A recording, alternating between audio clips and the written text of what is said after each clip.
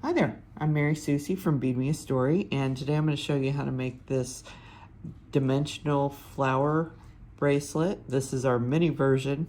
This design was originally created by Jo Ray, and when we first did this, she made it in a 12 millimeter O-ring size, so much larger. So this one you can make in a larger version, or you can make in this mini version. It's really cute however you do it.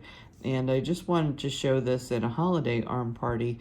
All of these weaves that you see, from European 4-in-1, Shenanigans, Field Hand, a smaller version of European 4-in-1, and now the dimensional flower, are all available free on YouTube. So there's videos for each of these.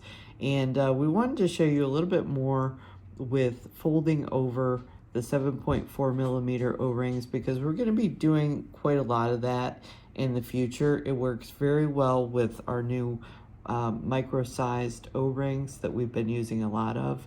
I have a brand new size, which is a 4.5 millimeter, but it also works very well with our 5 millimeter O-rings, as well as our 3 millimeter O-rings and 6 millimeter O-rings. So being that is the case, I wanted to give you a really good fundamental video that'll show you how to pull the 7.4 millimeter O-rings through things and how to use them folded over. So without further ado, let's go ahead and get started. Okay, so to start this project, you notice that I've laid out all the materials. I have my 7.4 millimeter O-rings. I have pre-closed my 18 gauge 5/32 inch jump rings. I have opened my 20 gauge 1/8 inch jump rings, and I have set out the 6 millimeter O-rings that will go between. Okay, so the first thing I want to do, I'm going to take, I'll take a couple of these pre-closed jump rings out. I'm going to move everything else out of the way. We're going to just be using our 7.4 millimeter O-rings, and this is the main reason that I wanted to show this video right now. We're going to, with our beading and chainmail, we are starting to use a lot of these 7.4s, which when you use these are a little bit skinnier than some of our other rubber O-rings. They're also more stretchy, but what we like to do when we're using these is make sure that they're doubled. And one way of doing that is not just doing 2 rings. So you can do 2 rings, and you would do this kind of thing in like a full Persian or a box chain and things like that. But also, in order to double it, you can fold it around something. And so through the years, there have been several ways to pull O-rings through one thing. And I wanted to show you all the ways that you can do this, and then you can make your choice on how you like doing it best. So I'm just going to get a couple of these 1/8 inch jump rings out so that I have them for when we pull the rings through. But let me show you the first way. So the first way, I have 450B ends are on pliers. Okay, you can see I have them labeled here. And there's also a tweezer nose plier too. So this isn't the only one. They have a couple that have really tiny tips. So in the case of this particular ring, jump ring, this is probably just large enough for me to approach this way, where you can see that I put the pliers into the hole of the jump ring, and then I let the pliers open up a little bit.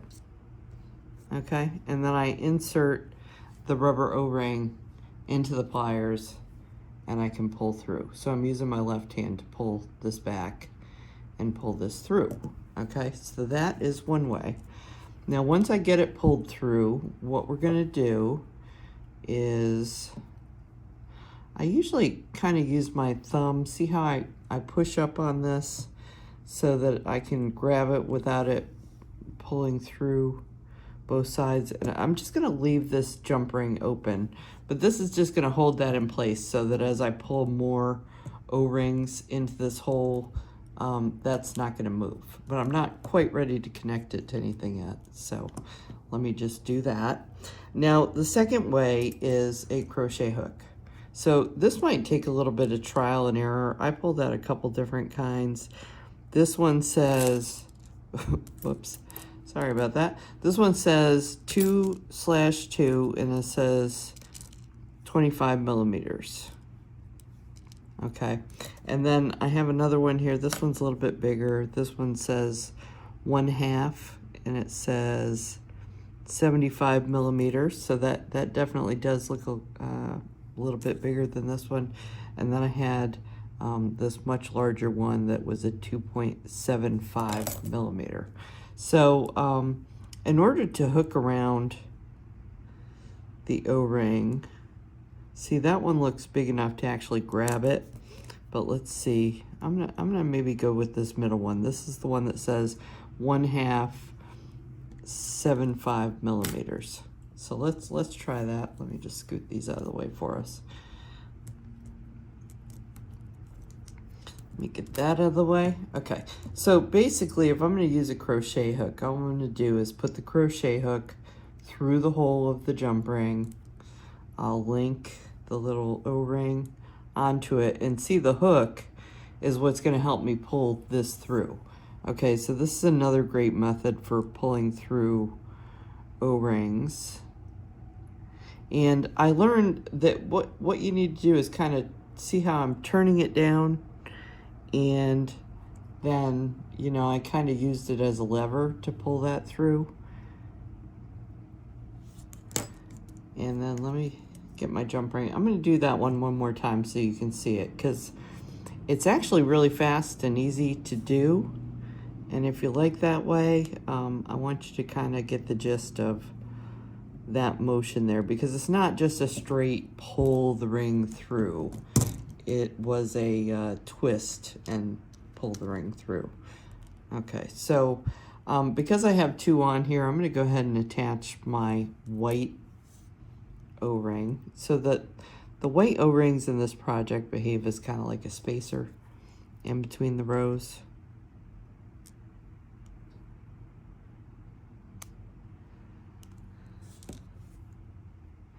And then, so I put the one O-ring in, and now I'm going to link this other jump ring through this O-ring. So something I want to mention to you, in the larger version of this, that was the original design of this, we actually doubled the O-rings. So pay attention to the thickness whenever you're folding over your rubber O-rings. You know, that is going to create a certain thickness all its own. And it's up to you to determine whether you would prefer to have 2 O-rings here or 1, you know, based on the thickness that you need, or the jump ring sizes that you need. I wanted this to have a little bit of fluidity, which is why I left it at 1 in this micro size. So just so you understand the design process that I kind of went through to make that decision. Okay, so let me pop this through the hole again. Let's do another one. And I'm going to see how I'm turning this over. So I'm grabbing that O-ring. Oops. And that can happen too. We can pull it all the way through. Let's see, let's try this again. Okay. So I'm turning this over. Okay, and then see how I just pulled it through like that. And then once again, I'm gonna add my 20 gauge 1/8 inch jump ring through here. I'm just gonna leave it alone like that. And then I have one more. So this one more is probably my favorite way to do this. This is the version I use most often. So this is a 49 strand beadle-on wire. It doesn't have to be 49 strand. Just try and find the thickest beadle-on beading wire that you can find. This has like a plastic coating on the outside, but we want it to be thick because we don't want it to tear our O-rings. So use as thick as you can get. I usually stay away from the like 0.12 size and things like that are just really small. And you can see that I have folded this in half, and I put my O-ring onto here, and then this basically becomes a needle. So when I'm working with a really big hole like I've got here, I can just pass the needle through, and then I just simply pull my O-ring out the other side, okay? And so that's probably my favorite way of doing it, but I wanted to show you all three ways because sometimes when you're doing this, you know, you might not be doing a lot of it, and you know, you might have a pair of these tiny little pliers handy, and it might just be the easiest thing to pick this up. Or, you know, maybe you crochet all the time and you just happen to have crochet hooks handy. So I just wanted to show you that you can do that, and that's a simple way to do it. And then the problem with the little beadle on wire is I make these little bits and I use them for a project, and I try and keep them in a safe place to where I can just grab one at any time, but that doesn't always work out because they're tiny and I lose them. But it is something that I can cut off a piece at any time I want and get a fresh new piece. So that is technique 3 for doing a pull through with a rubber O-ring. Okay, so I'll just show you where we're at. You can see I finally got my first flower formed, and I attached the 6mm O-ring to the left side. And now I'm going to bring in a second one, and I'm going to attach it to this new side that I'm working on. And you can see how simple this project is. This is great for first-time beginners. Once you understand the techniques for pulling the O-rings through, this is really easy stuff.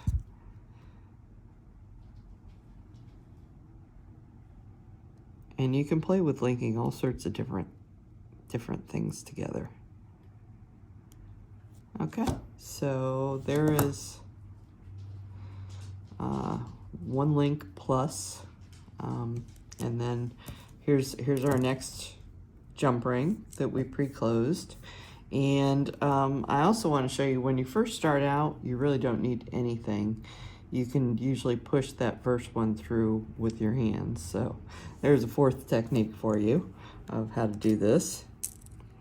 And this one, I will go ahead and link the 20 gauge 1/8 inch jump ring through. And I can go ahead and link it to my working chain if I want to now.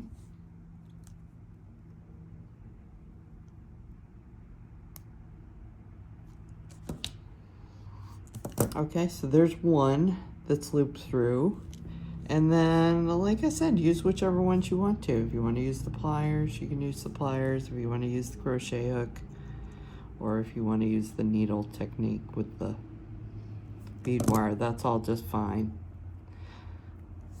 And different techniques work better with different things. You know, sometimes I am pulling this through a bead. I'm pulling the O-ring through a bead and then folding it in half. And in that case, you know, probably only the bead wire is going to work. When we're pulling through jump rings, we've got a lot more choices. But if this jump ring were to be too small, if it were to get any smaller than what we're using, then that would probably mean that the pliers were out. The pliers work best the larger the rings are that you're working with. And, you know, the crochet hook, same thing. If it gets too big, then that's probably not going to work. I'll show you one more with the crochet hook.